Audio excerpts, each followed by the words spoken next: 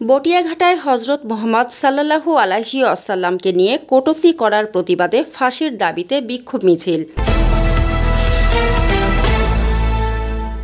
খুলনার বটিয়াঘাটা ৩ নং গঙ্গারামপুর ইউনিয়নের বাসিন্দা ইসাবুর গোলদার সোমবার সকালে কাতিয়া নাংলা বাজারে চায়ের দোকানে বসে হজরত মোহাম্মদ সাল্লাল্লাহু আলাইহি ওয়াসাল্লামকে নিয়ে কটূক্তি করে।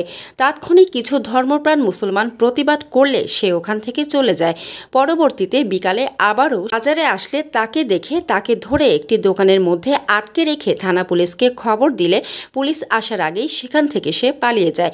এ ঘটনাকে কেন্দ্র করে বটিয়াঘাটার তাওহিদি জনতা মঙ্গলবার বিকাল ৪টার সময় এক প্রতিবাদ সভা ও বিক্ষোভ মিছিলের আয়োজন করে। আমাদেরকে সহযোগিতা করবেন, আইনের কাঠগড়ায় যে আছে সেটা যেন আমরা তুলে দিতে পারি।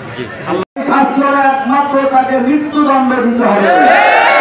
আল্লাহ তাআলা কোরআনের মধ্যে বলেছেন, যারা মুরতাদ হয়ে যাবে তাদেরকে মৃত্যুদণ্ড কার্যকারী করে দাও। এই আইন পাকিস্তানে বলবৎ হয়েছে, পাকিস্তানে মুরতাদদের শাস্তি বিধান করা হয়েছে। আমরা বাংলাদেশ সরকারের কাছে দাবি জানাই, আজকে